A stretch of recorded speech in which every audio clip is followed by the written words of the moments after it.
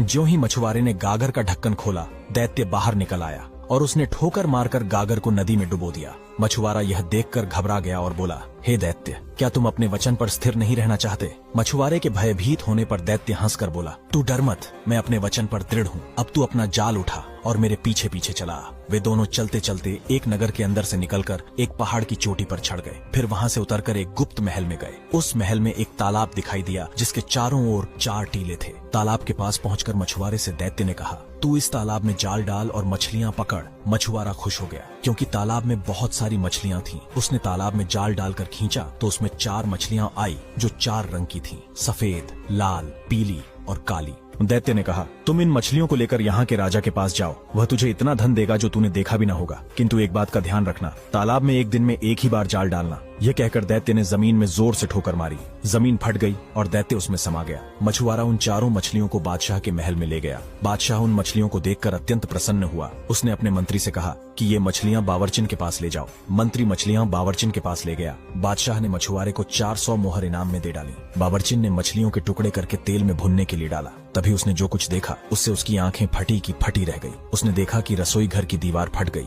और उसमें से एक बेहद सुंदर स्त्री बाहर निकल आई। स्त्री बाहर आकर अपने हाथ में पकड़ी हुई एक मूल्यवान छड़ी उठाकर उस कड़ाही के पास आ खड़ी हुई जिसमें मछलियां भुन रही थीं। उसने एक मछली पर छड़ी मारी और बोली, ओ मछली, क्या तू अपनी प्रतिज्ञा पर कायम है? मछली में कोई हरकत न हुई। स्त्री ने फिर छड़ी मारी और अपना प्रश्न दोहराया। इस पर चारों मछलियां उठ खड़ी हुई और बोली, ये सच्ची बात है कि तुम हमें मानोगी तो हम तुम्हें मानेंगे, और अगर तुम हमारा ऋण वापस करोगी तो हम तुम्हारा ऋण वापस कर देंगे। यह सुनते ही उस स्त्री ने कड़ाही को जमीन पर उलट दिया और स्वयं दीवार में समा गई और दीवार जुड़कर पहले की तरह हो गई। बावर्चिन इस कांड को देखकर सुध-बुध खो बैठी। कुछ देर बाद वह होश में आई तो देखा मछलियां चूल्हे के अंदर गिरकर कोयला हो चुकी हैं। वह अत्यंत दुखी होकर रोने लगी। वह सोच रही थी कि राजा को मेरी बात पर विश्वास न होगा। वह इसी चिंता में बैठी ही थी कि तभी मंत्री ने आकर पूछा कि मछलियां पक चुकी हैं या नहीं। बावर्चिन ने मंत्री को सारा हाल बताया। मंत्री को इस कहानी पर विश्वास तो न हुआ, लेकिन उसने बावर्चिन की शिकायत करना ठीक न समझा। उसने मछलियों के खराब होने का कोई बहाना बादशाह को कह दिया और मछुआरे को बुलाकर कहा कि वैसी ही 4 मछलियां और ले आओ। मछुआरे ने दैत्य से किया हुआ वादा तो उसे न बताया, लेकिन कोई और मजबूरी बता दी कि आज मछलियां क्यों नहीं ला सकता। दूसरे दिन मछुआरा फिर उस तालाब पर गया और उसी प्रकार की 4 रंगों वाली मछलियां उसके जाल में फंसी।